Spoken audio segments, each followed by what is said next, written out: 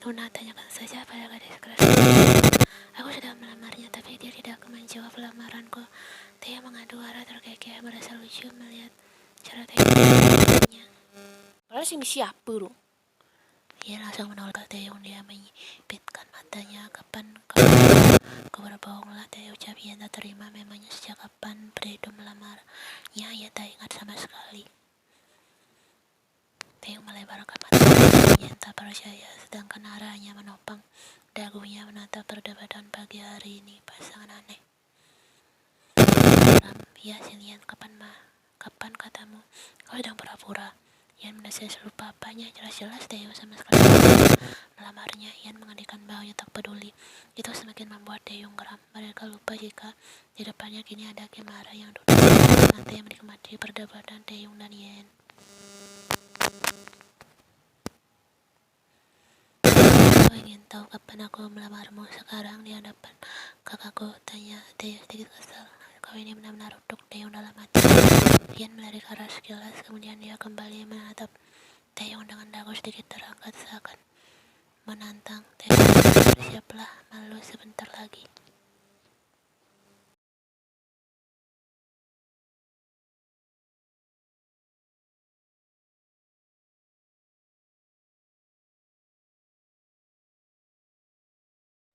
Sontak Ara tertawa sementara Ian terbatuk pun memerah saat ingat malam di mana Taeyong melamarnya dengan cara yang waktu tak wajar.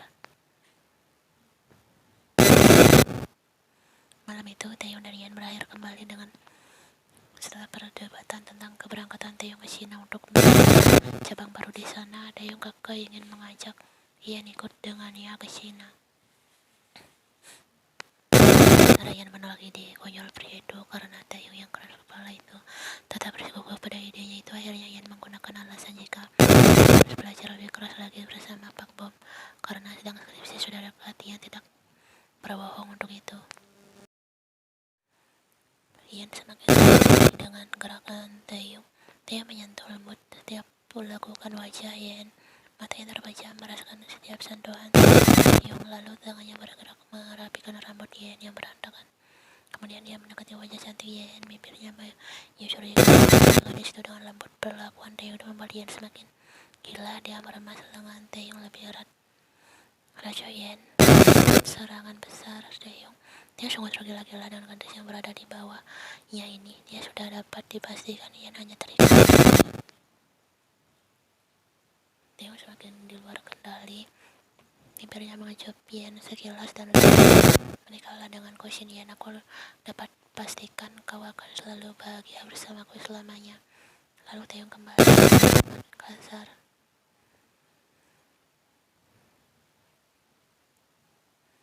Taeyong perhatikan Ian di konter dapur dengan kompor dan penggorengan. Di depannya duduk Kimahara yang sesekali geleng-geleng kepala melihat kelakuan adiknya. Kata waras. Bayangkan saja, sudah terhitung 30 menit keduanya duduk dan Taeyong sama sekali tidak berniat berbincang ringan. Pria keras kepala itu malah sibuk menatap setiap gerak-gerik Ian yang sedang sibuk memasak. Jadi Ian adalah asisten rumah tanggamu? Tanya Ara membuka obrolan. Taeyong pun mengalihkan pandangannya ke Ara dan mengangguk. Betul, Nona.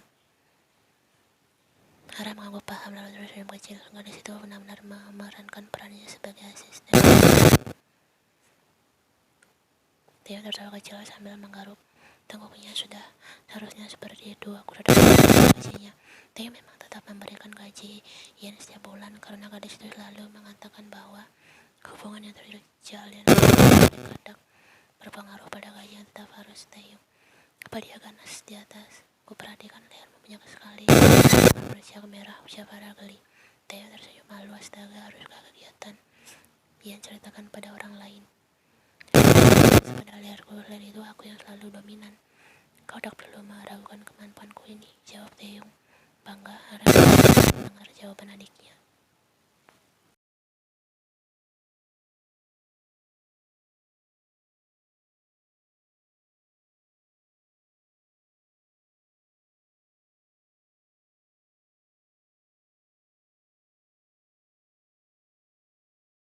Seperti yang Nona lihat, aku bahkan dalam keadaan sangat tuna dan soal kenapa menceritakannya pada keluarga kita karena kami sedang sibuk dengan pekerjaan kami masing-masing. Sibuk dengan pekerjaan di atas, maksudmu? Taeyong tertawa pelan. Suara lemah Ian pun terdengar. Makanan sudah siap. Taeyong bangkit mengambil Ian di situ meletakkan makanan di meja makan. Ada yang melihat sikap Taeyong manis tersenyum. Astaga, adiknya benar-benar ini. Kim Taeyong si pria manis. Taeyong kesal sekali pada Sojin, mana tidak. Sojin mengajaknya makan bersama di luar, namun pria malah mengajak kekasihnya, membuatnya tampak seperti Taeyong tahu.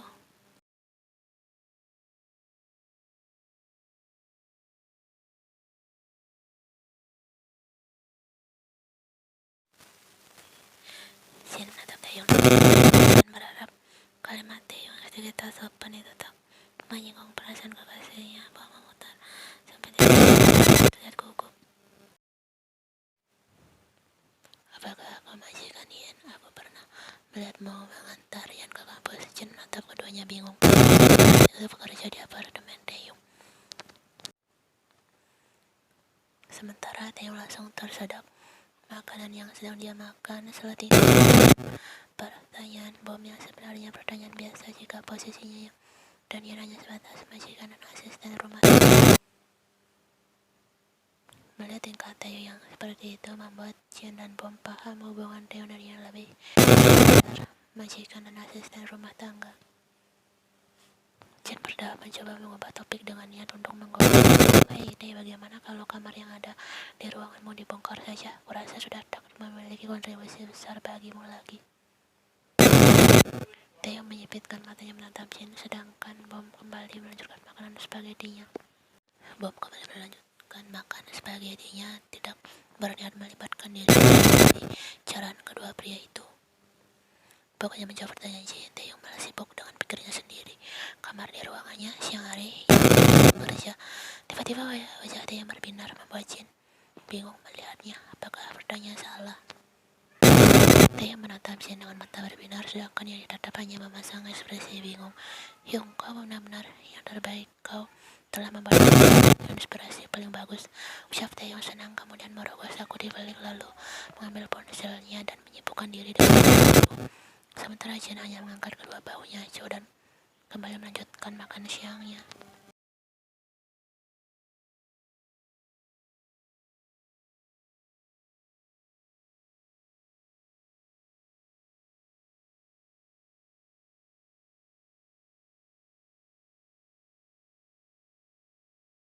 Ian mengemudikan sedan Hyundai sebelumnya yang disediakan Taeyong untuk mempermudah di jalanan Seoul.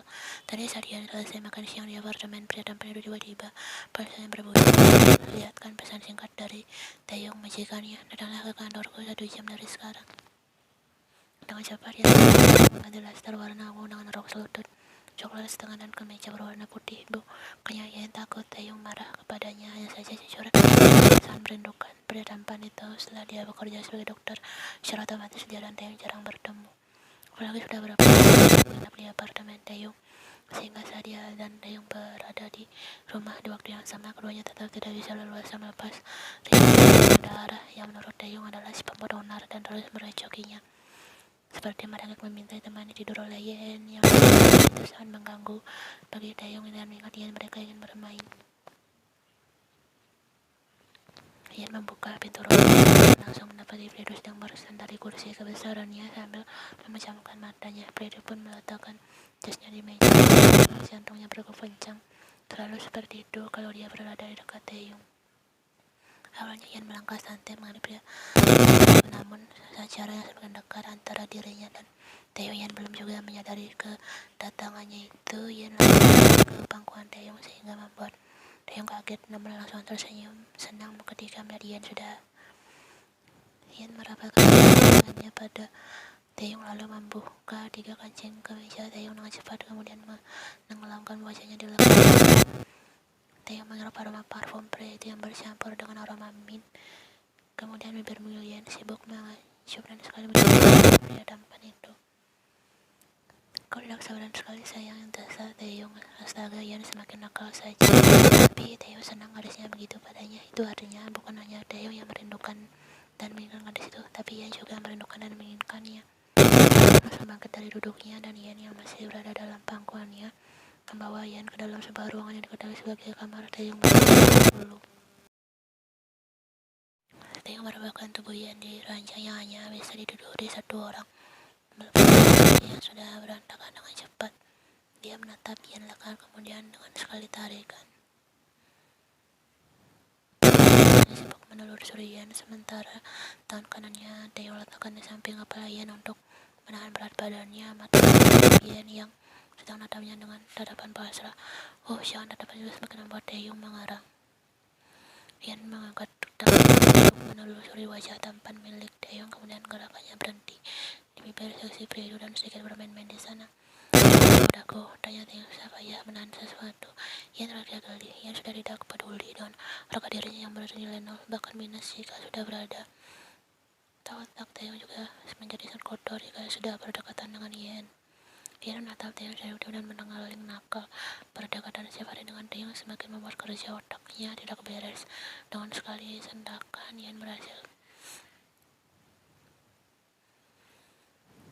Lalu entah siapa yang memulai duluan, keduanya sudah saling dengan menuntut. Tangan Ian mengelus lembut bahu Taeyong, sementara tangan kekar Taeyong sudah mengeksplor.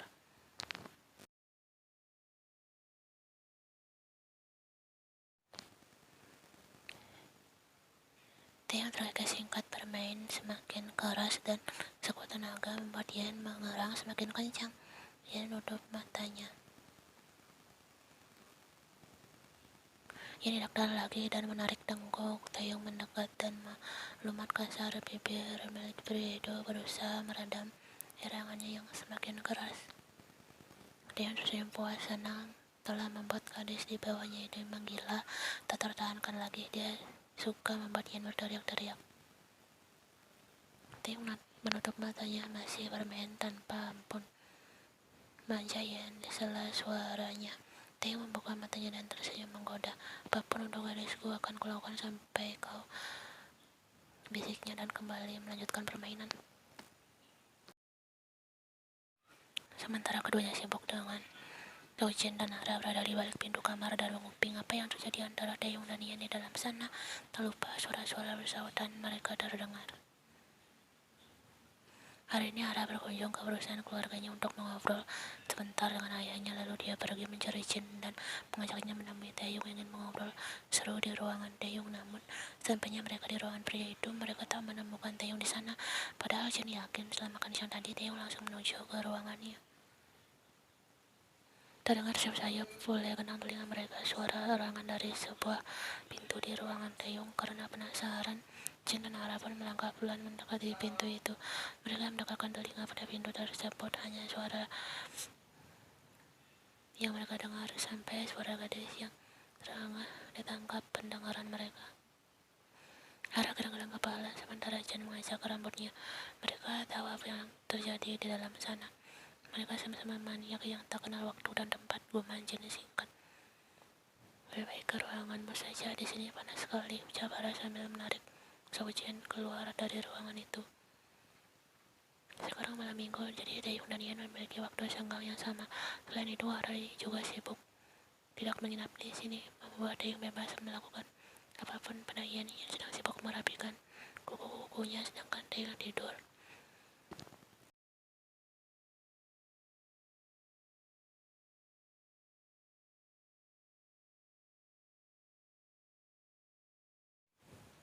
Beri aku waktu untuk berpikir, jawab Ian singkat. Bukan ya, dia tidak ingin menikah dengan Taeyong, hanya saja masih ada beberapa hal yang masih mengganjal dalam hatinya. Misalnya dia trauma mengenai pernikahan Noninya.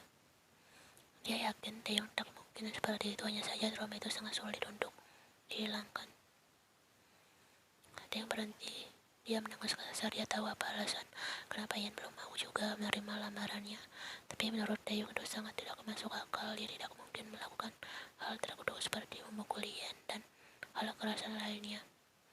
Wajah binar Ian adalah kebahagiaannya, mana mungkin Taeyong tega melakukan kekerasan pada Ian. Ya baiklah, pikirkan dengan baik, tapi jangan sampai membuatku menjadi perjaka tua saja. Ya ampun, apa kau pikir dirimu masih berjaga setelah merenggut mahkota Gu Xiaoyan tak mau kalah. Taeyong teriak pelan, ya aku tetap berjaga dan kau tidak berawan lagi. Lian pelan kemudian bangkit berdiri membuat Taeyong terus jatuh ke lantai mengingat Taeyong tidur di atas.